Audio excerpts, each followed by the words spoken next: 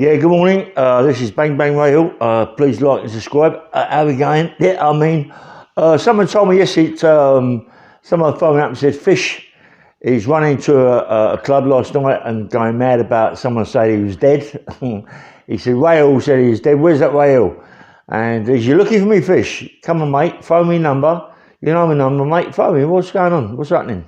I phoned your number about 8 times, Fish, like yesterday, and no reply, yeah? I must have phoned it about 60 times before that, mate, and no reply. Just phone me. Talk to me. What's going on, mate? You just gone, I don't know, what's happening? Have you run away with Matty? What's going on, mate? I can't get on to Matty. Matty's being a little boy as usual. And I've got to have a talk with Matty. I've been told a little few things about Matty, what he's trying to, what he's doing and what he's trying to do. He's not been a good boy, mate. And I want to see him, yeah? And he knows what he's done, so I want to see him big time, yeah? And all this shouting about, I know where he lives. Of course I know where he lives, but then I was told by Fish that he's moved, and I don't know anyway. Yeah, I moved a lot of cars yesterday, mate. Oh, fucking hell. We moved about 10 cars from my mate Terry, yeah? We moved them all. He just built a big garage. And we moved all his cars, we unsheet them up, put them in right, put dash. Oh, I tell you what, I got home about 9:30, 9:45 last night, knackered, mate. Really tired, you know what I mean? I had a quick shower and got into bed and bosh crashed out, you know what I mean? It's nice, don't it, to do like that, you know what I mean? It's beautiful, yeah? But today I'm going over there again today, I think, yeah? He's just phoned me up and said, it's too cold. Too cold? Yeah. It was freezing last night. Do you know what I mean? It was freezing, you know? And yeah, and the dogs were going mad, barking like they're in shit because the cars get revving up and all that. And, you know, but I've got to stop taking them for walks as well. Anyway, I want to know what's going on between Matty and Fish. Fish, phone me, mate. What's going on? Pick the phone up and talk to me. You can't be running in clubs and saying, where's Ray Hill and all this, that and the other. You know my number, mate. Phone me. What's all that about? You know, Ray Hill. What's all that about, mate? Come on. What are you fucking playing games or are you serious? Come on, Fish, phone me, mate.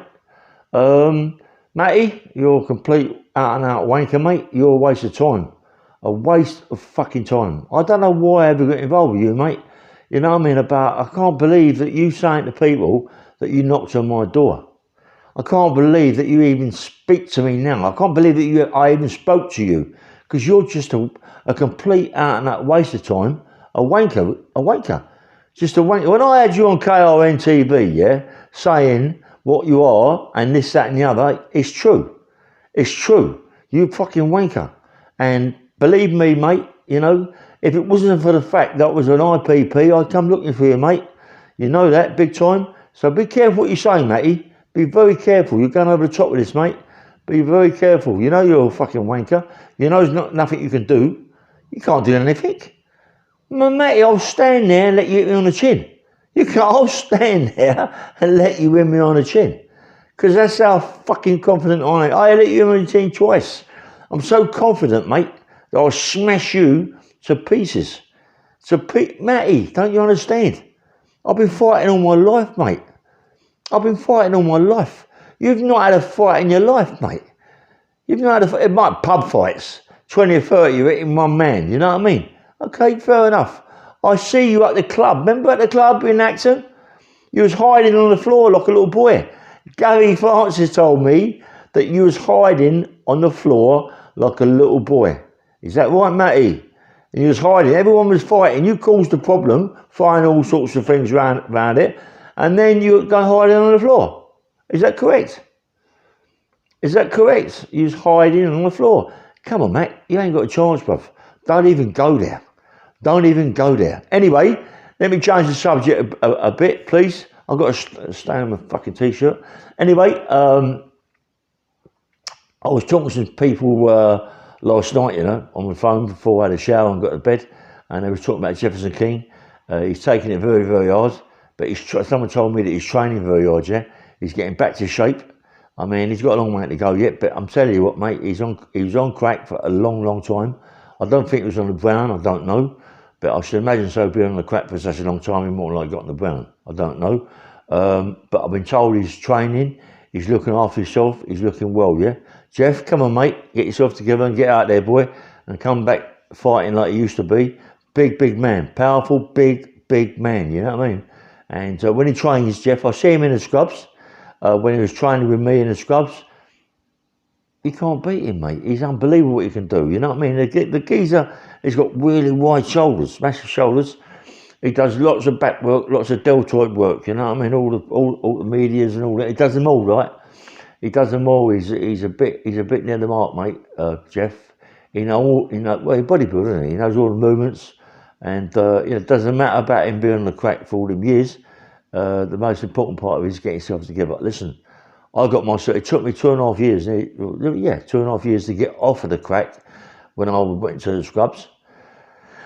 Mate, that was hard. That was hard work, you know what I mean? You're gagging all the time, and you can get drugs in prison. As it happens, you can get drugs easier in prison than what you can out here. The only thing is it's a lot dearer, and a lot of people go crying because they can't afford it, yeah? And they get themselves in more and more debt, they get themselves more and more in trouble, and that's what happens, and people put them to work in the prison, running around doing their little bits and pieces for them, and they get outside and they're running around like doing the bits and pieces for them outside. So that's what it's about. I've been in prison a long time in my life. I know the fella's pay of it, but I didn't. I had a good job. I got in the conveyor. I had exactly what I wanted, all the food I wanted to eat. That's the most important part of it, eating food. Drugs was all around me 24/7 in the conveyor, but I kept well away from it, mate. I kept well away from it. You know what? It's like, when I was in the conveyor, yeah, after a bit of time I was in there, I used to see people, yeah, coming in from off the road, mate, real bad way, you know what I mean? When they've been on crack, they've been on heroin, yeah, and they're coming down, fucking hell, mate, I couldn't believe the state of these people, yeah, the state of them, yeah, and they used to come in, stinking, you know, we used to try and get them in the showers, we ain't got to bully them, they don't want to go in the shower, but they go in their cell, they just get in their cell, and they're sick all over the floor, but they can't get the prescription, what they need until maybe the next day, you know, and then they're farting and shitting everywhere, and that's my job, and a few people I was with, the job was to go in there and clean it all up. You had all the white suits and all that, you know what I mean? So you get in there and clean it all up, and it wasn't nice, yeah?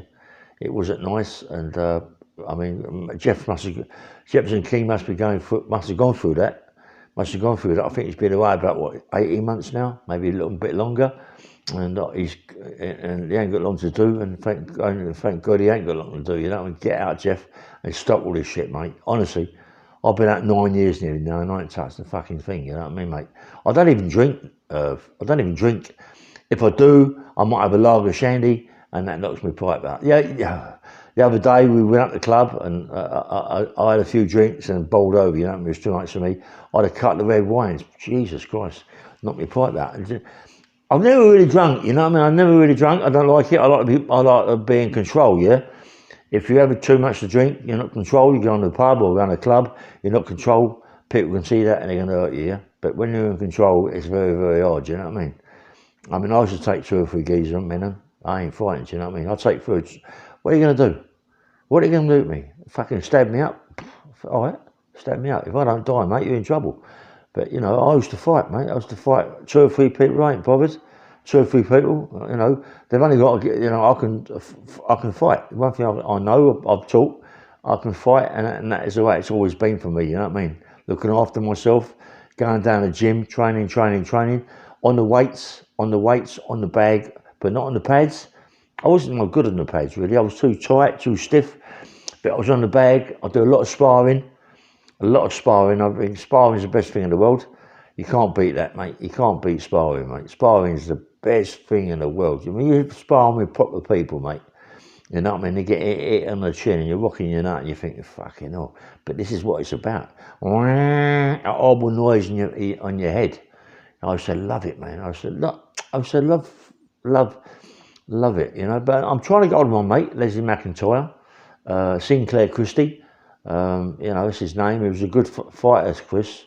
Welterweight, good fighter, mate. Leslie Christie, good fighter. Leslie McIntyre, good fighter. And me and him grew up together as kids, and we used to fight together as kids. And we was loggerheads at school. He was younger than me, I was older than him, but he was loggerheads. We was always fighting each other, and he was a good fighter. very good fighter. I was a lot bigger, you know what I mean, more powerful, but he was still a very good fighter. We used to train over Gunsbury Park, lifting logs, put logs on their back, hopscotching and things like that, and bunny jumps and jumping over walls with big lumps of wood. And honestly, like we used to train hard. We used to do at least 8 mile every other day. 8 mile every other day, 4 mile every other day. So it's 8 mile one day, 4 mile the next, you know. But when we got over Gunsbury Park, which was really coming. When we was over the park, we do 4 mile. Once at the park, we do 4 mile, but we train with logs, mostly logs and bricks. Yeah, we just put bricks on the floor and do press ups off the bricks. Yeah, and we just put 3 bricks down and press ups right to the floor, and then 4 bricks down, press ups to the floor. You know what I mean? And we used to train really hard, me and Les. And Les is a very, very powerful man, believe it or not. He's a welterweight, but very powerful. He could really bang. He had lovely way of holding his hands. He used to hold his hands like that. And I mean, and when he hit you, mate, he hit you. And you know, he's another one like myself that got on the crack. Fucking ruined him, mate. It ruined him. I mean, you know, and all you're doing is taking money.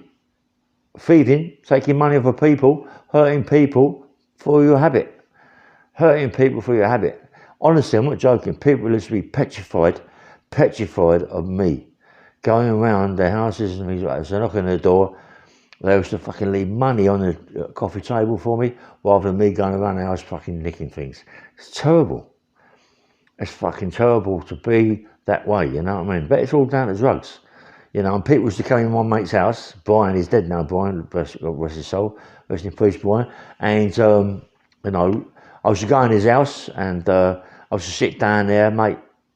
Terrible. I used to put my hand down the back of his chair, nick wads of money, because that's where he used to put his money. Did he know that? Did he know I nicked it? I don't know. He might not have. But I used to put my hand down the back of his chair, nick his money. You know, and I used to see people come in the house, you know, out of their nut, being in all sorts of things to him. Jewellery, it got out of fashion. I don't listen. People were so gagging, all right, give me 20 quid for it, you know what I mean?